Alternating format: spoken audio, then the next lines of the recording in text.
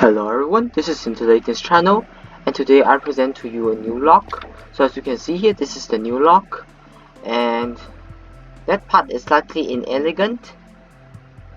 Just don't mind it. Of course, it's very easy to make more elegant, although it requires slightly more redstone dust. So how to operate it is basically you see these two rows of lamps.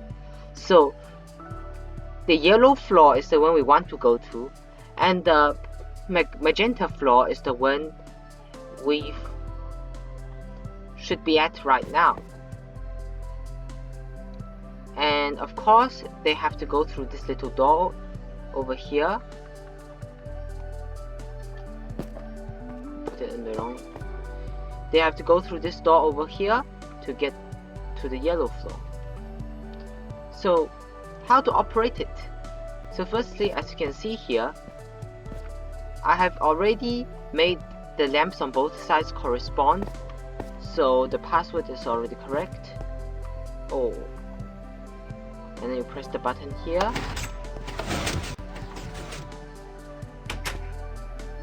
and the door closes. And then I've prepared this little lane to connect the top floor, the bottom floor, and the door.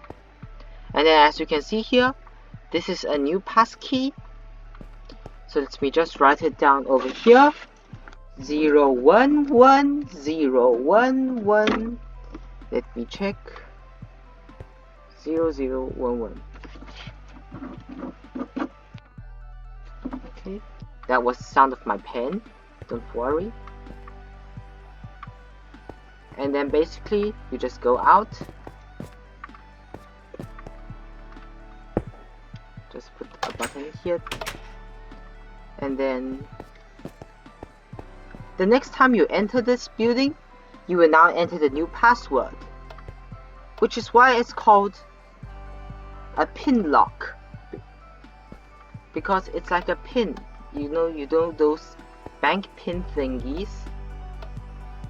The password changes every time, so you can't really guess it because it just keeps changing. So for example, now we go in again, and as you can see, it's a new password again. So I think that's enough for the demonstration, and now I want to show you how this thing works. So I have lined, so as you can see here, this is made up of many modules stacked together. So this is actually a vertical form of the gate, we saw last time, right over here. This thing, it's a vertical version of this thing. Okay, so slightly more complex. There are two blocks, so you can see the top one is the inverted, the bottom one is the normal one, and then there's glass over here, and then the orientation of and the position of these three blocks determine the passkey. I think I should have said all of this before.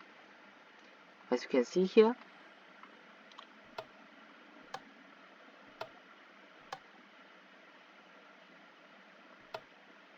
we want all of them off. So basically we want both of these redstone lines to be off. So we just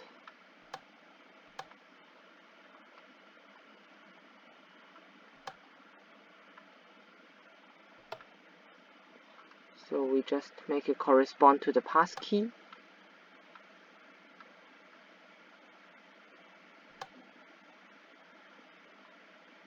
And then I'll now explain more thoroughly how it works. So firstly, the magenta part is the gate we saw from last time.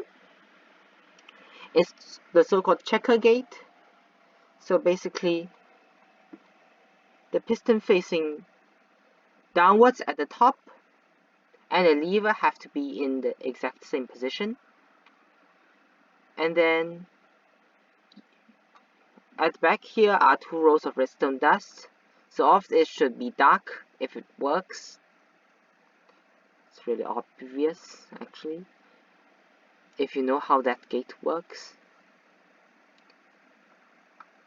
Okay, so at the top here we have some randomizers which randomize this top piston. So as I should have I have said to you,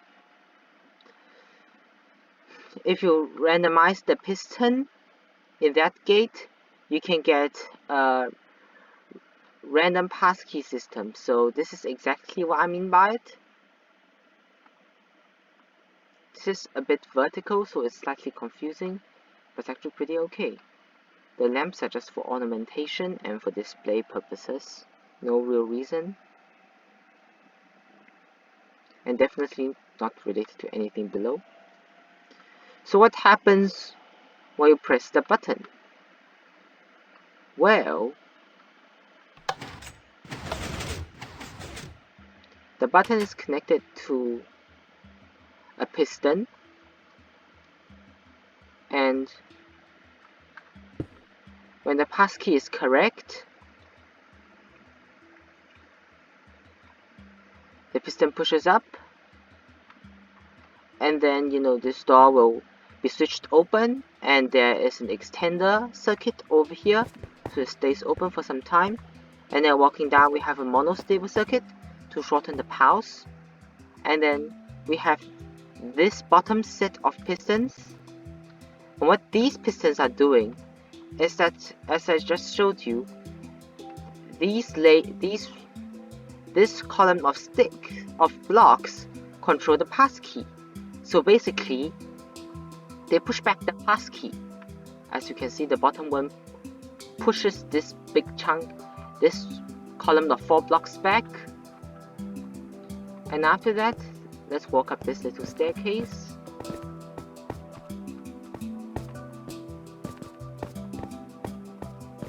And then next, here is a gigantic row of randomizers. So basically, it re-randomizes the passkey. So yeah, I guess.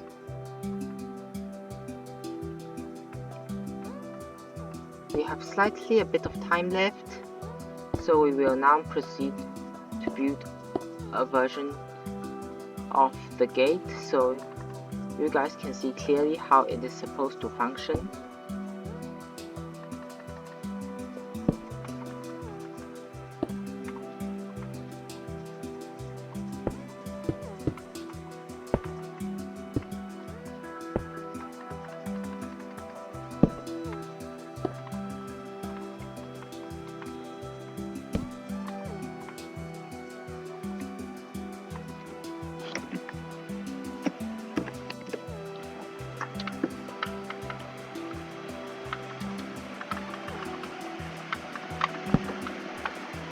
So as you can see, this is the first part. The top one is the inverted repeater, the bottom one is normal repeater, and there are no inverted repeaters. I just mean that there's a torch here, so it inverts the signal. And then you must have seen some sort of display, so just now the row of blocks, and I can show you it's like this, and then when you push it down it becomes like this. So either the top one affects the circuit or the bottom one affects the circuit. So that's pretty much the gate in a nutshell. And as for the display system, I put up a block, a redstone block over here, and then some pistons to maneuver the signal into the lamps. It's not really that complicated at all. This block is down here, and then this one will push, and then this one will not activate, so it's dark. So some people might worry, what if I inverted the signal like 3 times, so now we are displaying the wrong thing or something. Well, you can change it slightly to have another inverter or something, I guess. Like last time, this row of comparators was actually built 1 block too low, so the lamps were indicating the opposite of what was supposed to be inputted. So, but then I fixed them by making them 1 block higher, so it's really a simple adjustment. Just don't be mad and start ripping everything out. It is a very bad habit, I must say. So I guess this is the end of this video, and thank you. Bye. I think.